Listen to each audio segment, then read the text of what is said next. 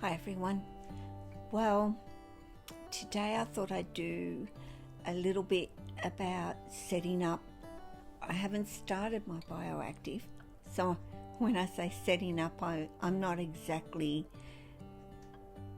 setting up, but I want to show you exactly what I've got so far when it comes to going Bioactive, and so you can see just what you will need. Now, maybe you won't all be doing 10 enclosures, and I'm certainly not going to be able to do 10 all at once, but I will slowly but surely get through them, of course, because I will be setting up each and every one as Bioactive.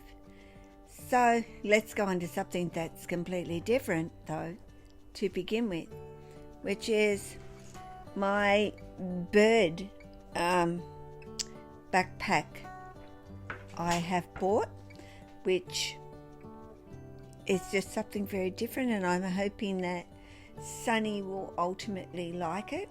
So far she's a bit fearful, but that's to be expected. So I'll show you the new backpack. So here you go. I'll stand back a bit so you can see it a bit better. But yes, it is a backpack, as you can see, and I'm able to put it on, and I will be able to carry Sunny around with me outside and let her get out in some of that sunshine. There's lots of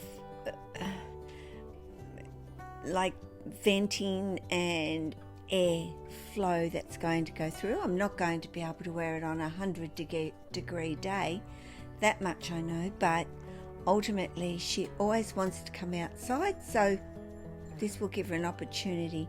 But it's still about getting her used to being in it, and it will take her a little while, but she will.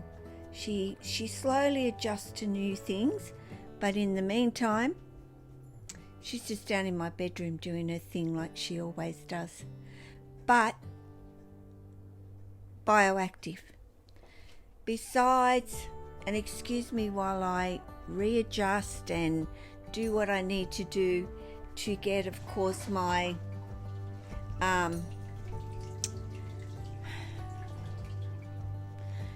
gimbal. See, it takes me a little while to think about it, but and excuse the dishwasher in the background.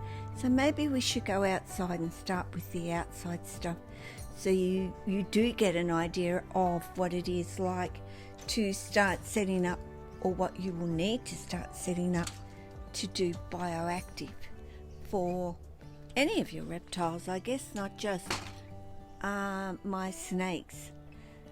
So very bright outside. It's an amazingly beautiful blue sky day. Blue day. It's not a blue day. I'm not feeling blue. I'm feeling quite good actually. But I'm feeling a little bit miffed at myself because I broke my phone screen. First screen I've ever busted in my whole life, and yeah, I had to do it with this one, virtually a brand new phone. And the reason why is I didn't have the cover on it, because I did a video and I have to take the cover off to fit it into certain things I hold, and hence why, yeah, it was broken. So even though this is upside down, I should have come in from the other end. But there's the Bioorganic Earth, which I buy, and I buy that from my local plant nursery. It's the one that comes with absolutely nothing in it. There's no fertilizer, there's no nothing. It's all organically done. So I know it's going to be fine for my snakes. I also bought, kids' play sand, because that is going to have to be mixed in with my soil because you're looking at needing drainage, and it's certainly drying out. You don't want it all soil, and that sand needs, so 50-50 really. You want to be able to see that you've put sand in your soil. I've also bought Cypress bedding or Cypress mulch, which will go in the oven, be cooked. But what I've already done with it is it's already been put out in the sun for 2 days, sitting in the sun, and it's bagged. I've put it into a bag, so but I'll still heat it in the oven and cook it and make sure that if there's anything in it that's not going to survive. I've also bought, of course, fly screen, which I'm going to be needing to put over my gravel. So basically there is going to be, gravel, the fly screen, and then of course my soil mix with the sand.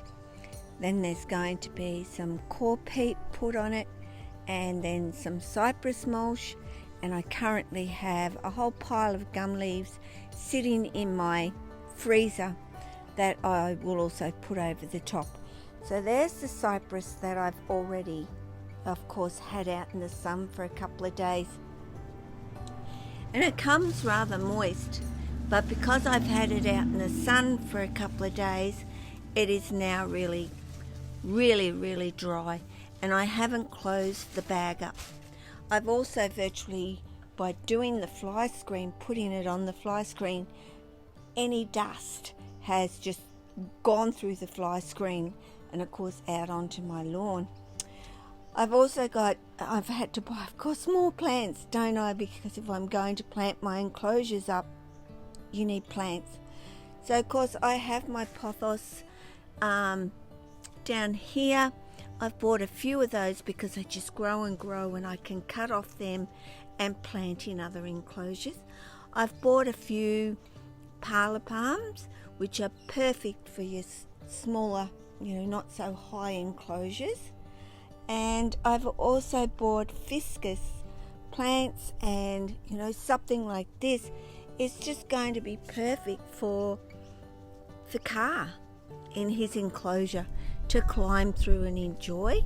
And there's some variegated ones and just plain ones down here, so they're all going into the enclosures once I've got everything in there. I've also got I'll call it the spider plant, which is easy for people to know what it is, and I've got all these little babies coming off, so they're going to be planted also in the enclosures. Now you might think, but the snakes are just going to climb over it and squish it and squash it. That's fine. That is perfectly fine by me. I'll just put more in when needed. I will also continually be taking cuttings and putting them into other pots and keeping them going, so I've always got a good supply of them. So you're going to need sand, you're going to need earth, dirt, soil, whatever you want to call it, that hasn't got any nasties in it, lots of fertilizer, anything. You can wash it and rinse it all out if you want to, and dry it all out if you choose to, or find one that don't already have it in it. Now I do have Horticultural Charcoal here, and that is nothing to do with my snakes. That is for my springtails. So they will be arriving, thank you to friends that I've got to know, and they will be being sent up, and then I can get my own colonies going and continue to have a supply of those and help anybody else out that is needing springtails. I've also got earthworms that I will be putting in, and hopefully some isopods, but right now it's kind of the season for isopods, so they're a bit hard to find. Now I've been talking tarps, and why I have bought tarps, which is, and these I just found at Bunnings. Sorry, I'm not even got the camera, but yeah, these I found at Bunnings, and what they're actually going to do is be put into the bottom of especially my wooden enclosures and screwed down all the way around to make a seal, so when I put the drainage in and so forth, it's not sitting directly on the wood. So that should be okay. Of course, I have bought my peat moss. Well, it's not peat moss. I have to buy moss, but the core peat bricks, which I will break up and loosen all up and all the rest of it, because there will be a layer of that also, and that I will be especially using for Archie. He won't be getting the dirt. He has more of a drier base than, you know, the other snakes. Now I bought some T5 24 watts 6400K grow lamps, you could say, which are going to be perfect in the enclosures, especially for Tessa. I already have one kind of, I just have to find a tube to go into Jessie's. So I've got a couple, you know, I may put one in Amaya's, who is up there doing her thing, just sleeping, as carpets will generally do during the day. And even though Lily wakes up early morning to come out, she goes along and she goes to sleep. So I have bought daylights for car. I have also bought, well, Mr. Here, Oscar, has his UVB, and as you can see, that pothos is growing really well in there, just in the pot, so it should do perfectly fine in the ground. But I've also bought these lamps, which are the deep heat penetrating heating fixtures, and I think these are something I've wanted to try for a long time. I currently have them in both Apani and Archie's, and from what I hear, they do incredibly well in allowing your snakes to get that heat right through, not just through the first layer, all the way through their bodies, which is what the sun will do when they're out laying on a basking, they're on a nice warm rock. They've got that nice warm sun coming from above, and that heat penetrates from the outer to the inner, and hence why I went and got these. Now all of my other snakes, of course, have heat panels, so I think that they'll be okay just using those. But the daylight lamps are exceptionally nice and bright for the snakes. So yeah, so far that is where I'm at, and I haven't got too much further than just those things. Now I will turn on the light so that we may see Miss Lily is sitting up there minding her own business, and I do believe that Archie is laying on his shelf, which we all know Archie loves actually doing, and Miss Maya is laying on her parlour palms, still of course in that tub, loving that tub. Now I did put a parlour palm in here with Archie that you can see.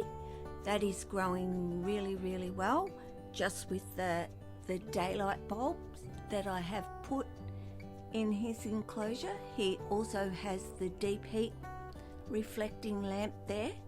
They do not glow any light. They glow a little red where the element is, but that's about it. But it doesn't doesn't affect the enclosure lighting in any way, shape or form. It's really dark in there overnight. So I won't keep these going too much longer because that is where I'm at. So hopefully I will get them done very soon. As soon as these springtails arrive, I can start, and I'll probably start with Myers, and then I will show you what is happening. And there's Oscar. Now he's very much in shed at the moment, so he's up there enjoying his heat. He climbs all over his pothos plant too.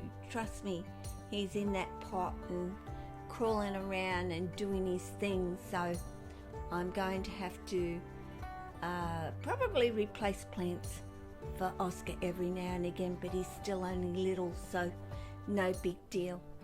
I can't wait to get cars done and see how he does, and especially with the peat core, or the core peat, whichever way you want to say it, because he's such a burrower and he's going to love having that available to him. But virtually his enclosure is going to stay pretty much the same as it is, except for the substrate. That's going to be different, of course. So guys, I just really wanted to check in because I have not picked up this camera, only due to being so busy getting things and shopping and spending money. Oh, I did not say that I did buy, they're only the on-off, but I did buy the Inkbird thermostats, which are here, as you can see, Wi-Fi connected, and that is actually running a heat mat down here for Archie, and only because this is a 750 high enclosure, so he went to ground with it this time when he was in shed, when I first put him in there. So I put the heat pad under there, I connected the Inkbird, which was not easy. No matter what, it was not easy. People say, oh, you just do this. No, it's rather difficult to get going, but read the instructions, connect to the second internet thing, not the main one. In other words, what you need to do is connect it via the actual thermostat. It's internet, not your own, if that makes sense. It's secondary. Use the secondary. It'll connect. So I am saying goodbye. I've been on here long enough. Thanks for being patient if you've got this far with me yip-yapping about things and not really seeing a snake, hey? But I was walking around and trying to show you the things that I've got at the moment, and I will be giving a full cost of what it will cost you to go Bioactive, and I'll try and break that down per enclosure, though they're all different sizes, are they not? So take care. I'll chat again soon. Ciao.